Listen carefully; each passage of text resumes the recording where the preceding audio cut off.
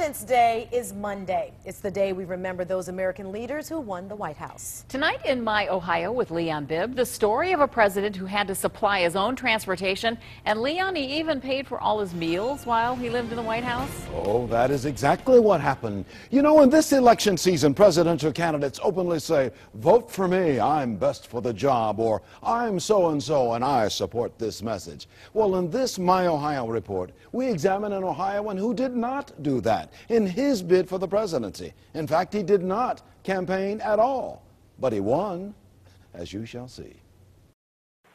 These are the White House gates, open so we can stroll inside. I can get you in to find a president.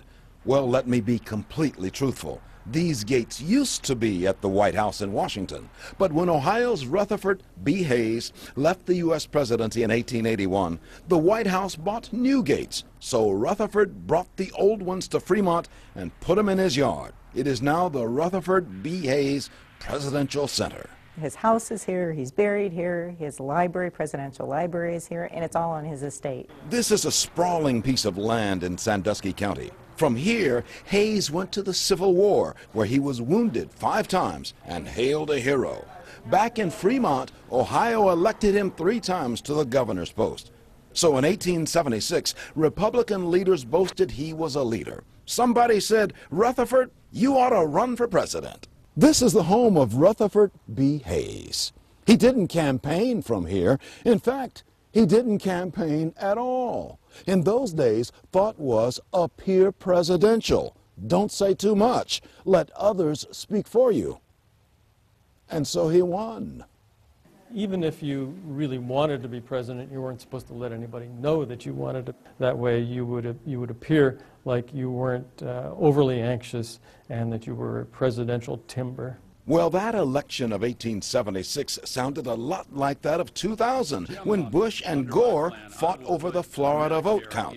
Same thing with Republican Hayes and Democrat Tilden of New York. Votes counted and recounted, and arguments heated and heightened for 3 months. It took an electoral commission to be appointed to decide who got the votes of Florida, South Carolina, and Louisiana.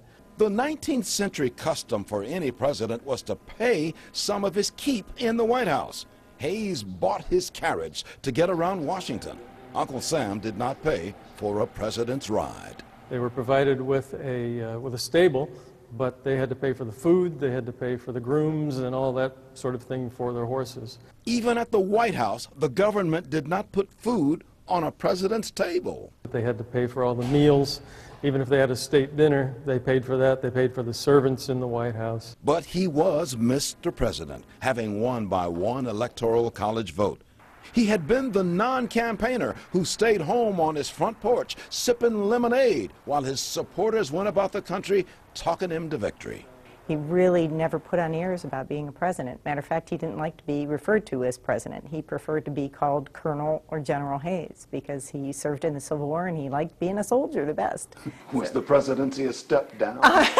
Maybe a little bit. But it was a step that began in Ohio. The bodies of President Hayes and his wife are buried on the estate in Fremont. Another stop in My Ohio. By the way, 8 Ohioans have won the presidency. Hayes was number 3. Winning Ohio was considered key to any successful bid for the presidency, with our population and number of electoral votes. Fact is, still is. Certainly is. Very humble man. Yeah, he was. He almost didn't want to be president. But he said, I'll take it. But he did. He didn't turn it down, Leon. He didn't turn it down. He took it. And they still do that. They